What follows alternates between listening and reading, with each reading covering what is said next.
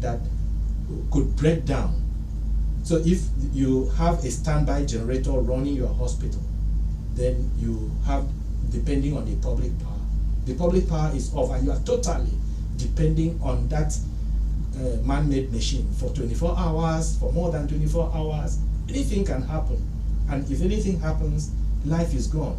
If we value life, why would we play with people's life in the way we do? Now, you even think of the fact that some of our children may not be able to do well in the WAEC that was done.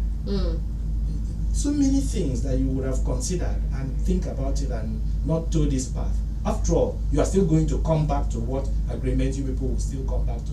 Nobody is going to pay you 490 something thousand. You won't be paid 300,000. You won't be paid 200,000.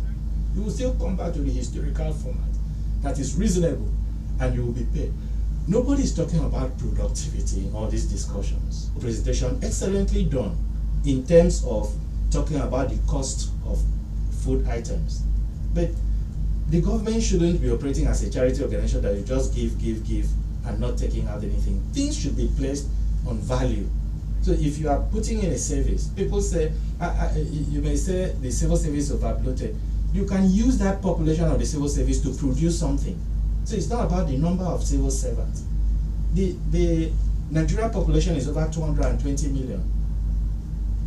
How many people are working with the federal civil service? About 720,000. Less than 1 million. So these are people that we are discussing with. Their decision will now affect the entire economy. Their decision will now affect, if you have an agreement to be paying a wage that is going to impact on every other aspect of the economy, then you see the effect in terms of how it's going to ground the economy, in terms of layoffs, job losses in the economy that would occur. You think of it in terms of the inflation that will occur. So people should about this discussion in terms of money. You earn so big sum of money, and at the end of the day. Marvel, let's talk more about predictions before we open the phone lines now. 5 days were given to the federal government and also for the organized labor to renegotiate on what exactly is going to be paid and all of that. More negotiation, as I mentioned. How do you foresee this 5 days panning out? And eventually, if there's no agreement, because I keep saying it, 494,000 is a far cry from 60,000 naira. And as somebody said yesterday on today's papers, over 60,000 naira can be 61,000 naira. It could be anything above 60,000 naira. So it's a really, really far cry. If there is no agreement at the end of the day, what do you see as certain actions that would be carried out maybe by the organized labor after an agreement is not reached after 5 days? Sharon, they will agree. Well, they have to. I keep saying they know themselves. They will agree. I don't want to sound somehow.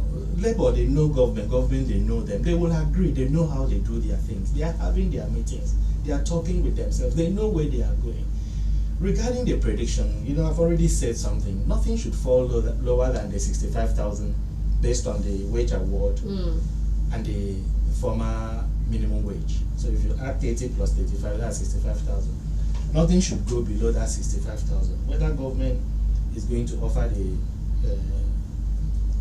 the 65,000 is something else. But you see, when you also want to flow with it historically, starting from you'll be benchmarking it with the dollar rate, and you come from there, you see how it was coming. No government over the past completely based the salary review, the minimum wage, on the value of the dollar.